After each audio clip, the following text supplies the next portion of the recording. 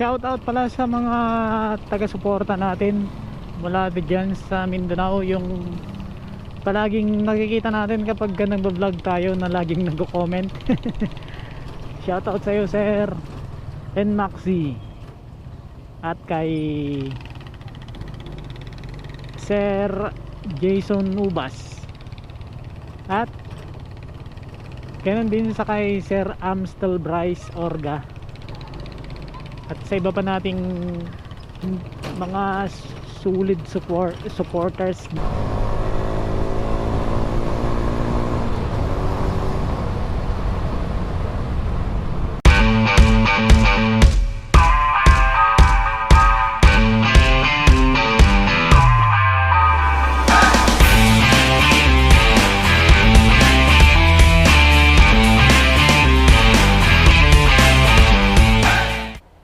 Mga 2 araw nakatambay yung ating motor. Nakalak pa talaga. Dalhin muna natin dito. Kasi kapag ganitong medyo matagal na hindi nagagamit yung ating motor, o kahit nga mag-umaga, yung ginagawa natin ay i-warm up natin muna, guys. Pero sa tingin nyo, mahalaga ba dapat na i-warm up muna ang ating motor bago natin ito gamitin? Yung nakasanayan na nating ginagawa kapag umaga or kapag medyo matagal na hindi natin nagamit ang ating motor, kinikik muna natin ng mga ilang beses. Saka natin i-on ang susi. Oy, 1 bar na lang ang gasolina ko. So ayun, paka-on ang susi, i-start gamit ang kick,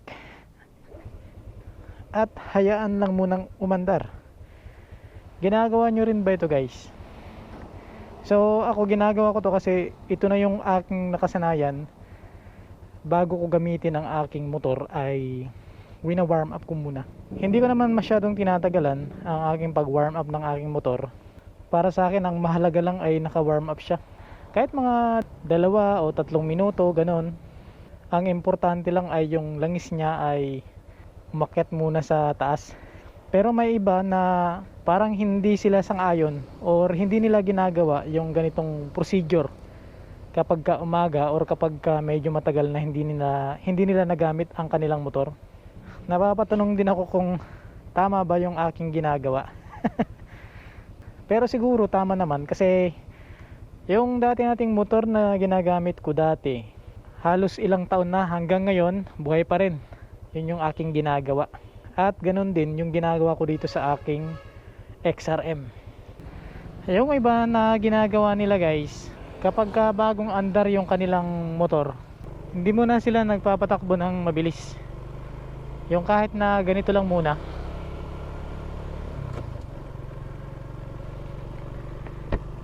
Pero sa part ko naman, hindi ko naman minamadali talaga yung pag warm up ko, kasi ang importante lang sa akin ay kahit na konting init lang muna sa makina bago gamitin. At saka yung pinaka purpose talaga natin kapag wina-warm up natin yung ating engine ay para syempre yung pag angat baba ng piston, di ba? Para meron siyang pampadulas. Pero hindi naman natin sinasabi na ito ang pinaka the best na gawin, kasi may iba na hindi naman nila ito ginagawa, pero ayon nga sa kanila, kahit na hindi nila ito ginagawa, tumagal naman ang kanilang mga motor. So yung sa akin lang naman ay base lang sa aking experience na dati pang ginagawa ko, kaya gusto kong ito pa rin yung gawin ko dito sa aking motor. Kayo ba, guys? Ano ba yung ginagawa nyo kapag nagwa-warm up kayo ng inyong motor bago nyo gamitin? Yung iba nga ay wina-warm up nila ng halos mga 7 minutes, mga ganun, mga 5 to 7 minutes na wina-warm up nila yung kanilang motor. Yung iba na ginagawa nila ay halos minsan 2 to 3 minutes lang ayon sa kanila. So ako hindi ko naman ni-estimate minsan, basta tinatansya ko na lang medyo nakaakyat na yung mga langis sa pinakataas, para naman kapag ginagamit na natin ay medyo smooth na. Maliban kasi sa pag warm up muna ng ating motor, ng ating engine, para maalagaan yung ating makina ay syempre yung ating pag-aalaga din at regular na pagmi-maintain ng ating langis. Kapag ka medyo luma na or medyo matagal na, siguro kahit na lagi mong wina-warm up yung iyong motor, yung iyong makina, pero hindi mo naman inaalaga yung iyong langis, wala rin naman, di ba? Kaya yung iba na sinasabi nila na hindi naman sila nagwa-warm up, based sa kanilang experience, tumagal naman daw ang kanilang mga motor. Pero syempre hindi lang naman ang warm up ang nagpapatagal ng buhay ng ating mga makina, di ba? Yung pag-aalaga, yung tamang pag-aalaga natin, tamang maintenance, yun yung mahalaga. Kaya 100 lang po unleaded.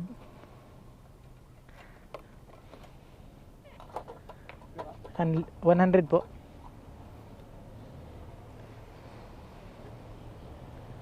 Salamat kuya. At yun nga guys, depende na rin sa pagmi-maintain sa kinakailangang maintenance ng makina. Syempre yun yung magpapatagal sa iyong makina. May ibang mga vlogger na napanood tayo kung paano nila in-explain ang kahalagahan ng warm up at kung ikaw naman ay hindi nag-warm up. At meron tayong napanooding video sa ibang bansa, parang sa ibang bansa yun, dahil sa ang motor mo ay FI, hindi na yun nangangailangan ng warm up. Ewan ko kung tama ba yung pagkaintindi ko. Kahit na siguro FI or hindi FI, yung langis pa rin yung importante, di ba? Kailangan muna niyang ma-lubricate yung mga gear niya sa loob para naman maging smooth yung kanyang pag-ikot.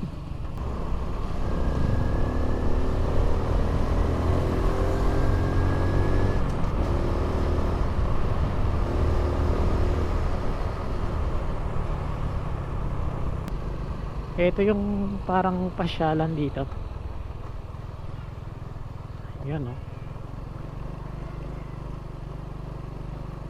Ayan.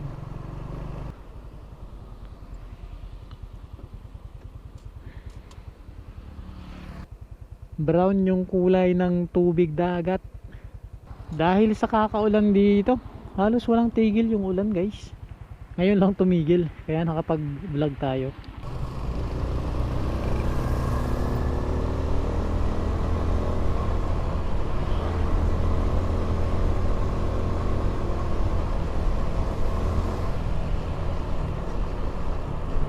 Kung kayo ang tatanungin pagdating sa warm up, mahalaga ba ang warm up para sa ating motor or hindi ganong mahalaga? Para sa mga maraming mga kaibigan natin na nakasanayan na ang pag warm up muna ng kanilang motor, ay mahalaga talaga, di ba? Kahit na ako, para sa akin ay mahalagang i-warm up muna ang motor, kahit na mga 2 o 3 minuto lang. Ang importante lang naman, yung pinaka-purpose lang talaga natin ay ma-lubricate muna yung mga gear sa loob at yung piston para naman sa smooth na pagpalo ng kanyang mga piston. Pero syempre hindi naman tayo eksperto sa motor or sa makina, kaya naman yung sinasabi lang naman natin ay base lang din sa ating experience at sa mga nalalaman din natin kapag nagtatanong-tanong tayo. Kasi lagi tayong nagtatanong pagdating sa makina kasi hindi tayo expert. Maraming mga kaibigan natin ang mas expert pagdating sa makina, kaya naman doon tayo nagtatanong kung ano ba yung maganda at kinagandahan kapag ginagawa mo yung mga bagay na yun, like warm up or other proper maintenance. Syempre nag-iisa lang yung ating motor, kaya naman iniingatan natin ito. Mahalaga sa atin na ingatan ang ating nag-iisang motor, kasi kapag nasira, nako, wala tayong pampalit at syempre wala tayong pambili. Oops, dito tayo.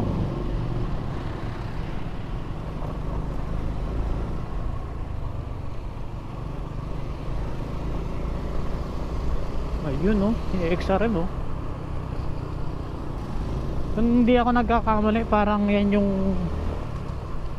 20, yung parang kasama sa mga unang labas ng XRM na FI. Yan yung ganyang design. Naka dual disc brake din pero naka rim. Tapos yung design ng kanyang fuel injection, yung parang dito sa may gilid ay yung maiksi pa, di ba? Yan yung unang design ng mga FI.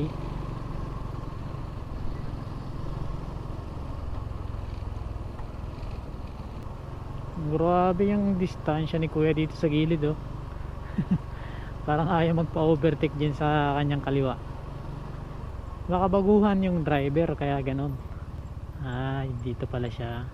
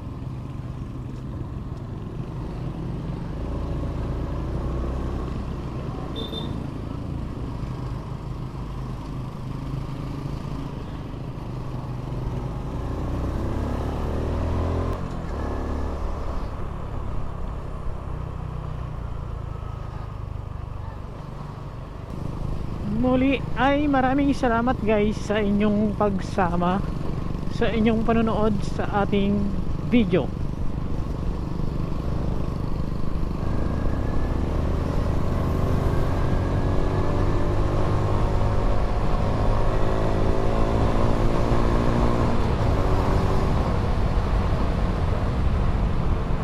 Hanggang dito na lamang ang ating video.